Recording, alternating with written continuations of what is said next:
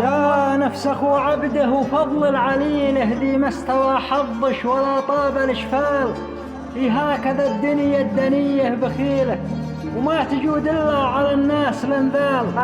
من غرته دنياه يا رحمتي له يمسي ويصبح بين حل وترحال.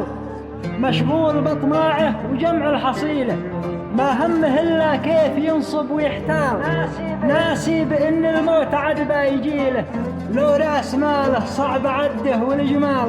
والله ما بياخذ إلا شليله سواء يا نفسي قصر عمره وطال أو صيش لا شلتي حمايل ثقيلة. بالصبر لأن الصبر مفتاح الأقفال.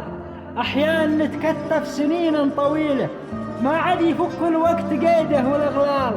وأحيان يا نفسي بيوما وليلة تتبدل الأحوال من حال لا حال. لا ترتضي لي بالحياة الذليلة وأنا الذي بالعز يضرب بأمثال. أعطاني الله العز أكبر فضيلة أعز واشرف لي من العيش بذلال. عشنا وشفنا في زمان الرذيلة ذي ما توقعنا ولا جاء على البال. أهتام ذي قد كان راس القبيلة واعتز ذي ما هو لا نص رجال. والمال قالوا ما هو إلا وسيلة وهو سببها ولا العجائب والأهوال. من يملكه بيفعل المستحيلة ويصير له عند الملا ود وجلال.